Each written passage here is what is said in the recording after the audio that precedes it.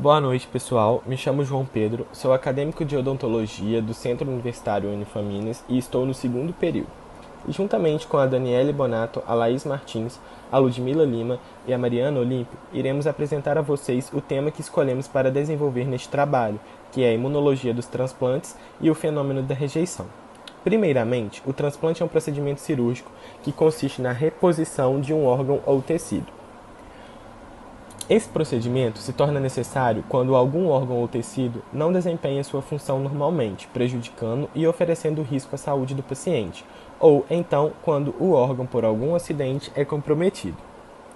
No Brasil, o primeiro transplante aconteceu em 1968 no Hospital das Clínicas da Faculdade de Medicina da Universidade de São Paulo.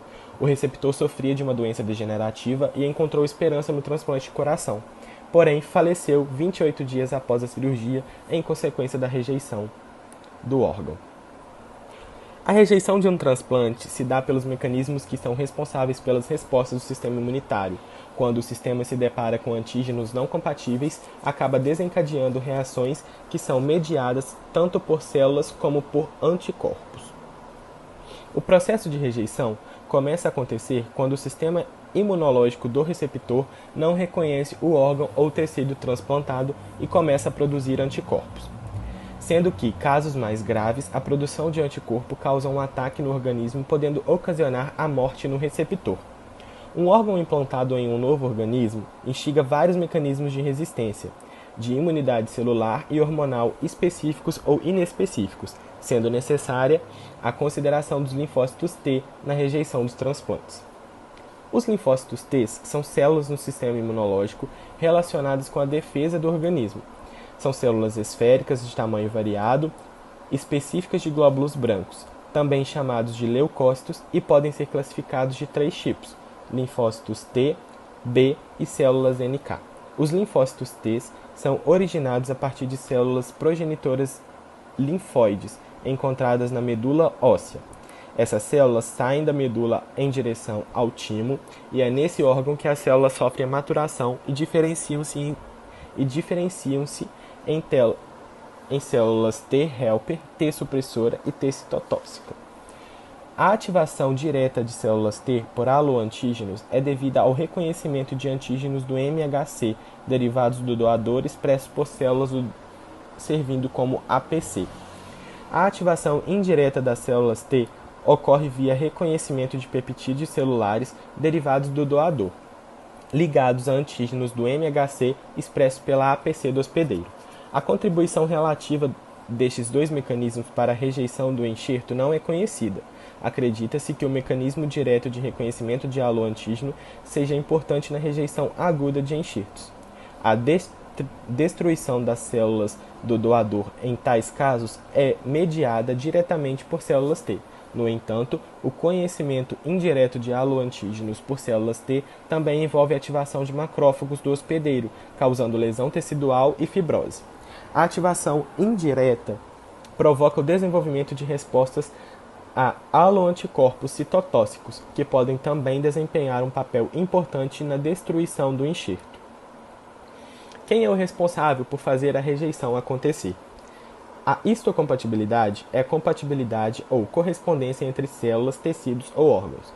Os genes do MHC são a base genética subjacente da rejeição a transplantes, como exemplo, pertencente comum de todos os vertebrados.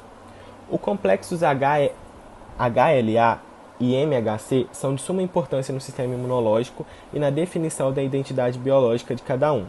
São codificadores de antígenos ou proteínas que são encontrados nas células. Desse modo, em conjunto com o sistema imunológico, identificam e impossibilitam que um corpo estranho penetre e reaja no organismo. Nos transplantes, é grande a dificuldade para encontrar compatibilidade entre o doador e o receptor, pela diversidade de alelos que encontramos nos genes. Embora usando medicamentos como imunossupressores que auxiliam a adequação do sistema imunológico contra a agressão ao corpo estranho, ainda assim pode acontecer a rejeição.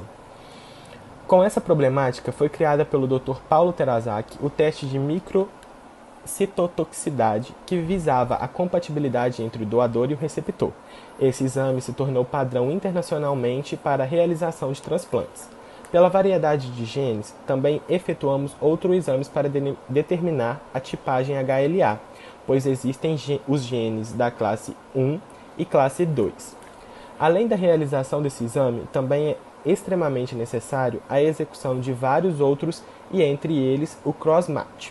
O cross-match, também conhecido como a prova cruzada, é efetuado para identificar a presença do anticorpo pré-formado específico contra antígeno do doador.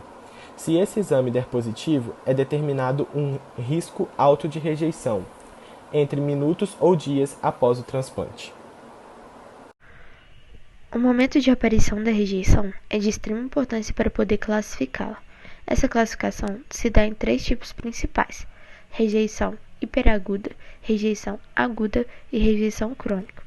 A rejeição hiperaguda é o tipo menos frequente, mas com maior nível de risco. Se desencadeia assim que o transplante é finalizado, ocorrendo em poucos minutos ou horas após o procedimento. Esse fenômeno se dá por meio de anticorpos que já estão presentes no organismo do receptor, que acabam reagindo imediatamente diante de determinada circunstância contra o órgão que foi transplantado, assim, dando início ao seu processo de destruição.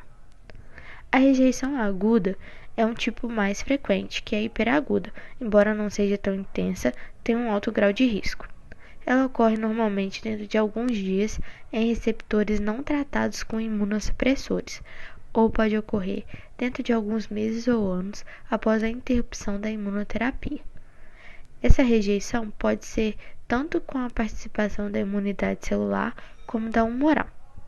A rejeição crônica, por vez, é a mais tardia, que ocorre geralmente após o 3º mês pós-transplante, também podendo se manifestar anos após o procedimento. É caracterizada ainda por vasculopatia, que é uma obstrução arterial causando um dano isquêmico no órgão transplantado. Quanto à disparidade genética entre doador e receptor, os enxertos podem ser classificados em autoenxerto, que é realizado numa mesma pessoa de uma região do corpo para outra e não ocorre rejeição, pois é a mesma pessoa. Isoenxerto, que é realizado entre indivíduos geneticamente idênticos e também não ativa a rejeição, pois não envolve antígenos estranhos. Aloenxerto é o transplante clínico mais comum, ocorre quando o indivíduo doa um órgão para outro geneticamente diferente, mas da mesma espécie. E ainda pode ser o xenoenxerto, que é o transplante onde ocorre a máxima disparidade genética. Dá-se entre membros de espécies diferentes. Ocorre rejeição, necessitando de imunossupressão. Exemplo, transplante de órgão de um porco para um ser humano. Quanto aos doadores, esses podem ser classificados em doador cadáver ou doador vivo. O doador cadáver é uma doação feita pós-morte, no qual se teve registro diagnóstico de morte encefálica pelo doador por uma equipe de médicos que não participarão do processo de remoção e transplante. Já no doador vivo, a doação é consentida pelo doador e ele se habilita a doar um órgão duplo ou uma parte do seu corpo no qual não trará prejuízo à sua integridade física e mental. Alguns mecanismos de profilaxia para evitar a rejeição são realizados antes e após o procedimento. A profilaxia primária consiste em uma tipagem tissular para testar o grau de compatibilidade entre o hospedeiro e o doador. Usa-se geralmente a tipagem tecidual sorológica e a técnica de PCR, reação em cadeia da polimerase, para o doador cadáver, e MLR, reação mista de linfócitos, para o doador vivo.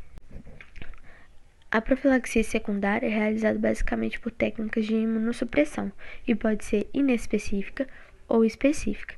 A inespecífica abranda ou elimina a atividade do sistema imune independente do antígeno, levando a uma maior susceptibilidade a infecções.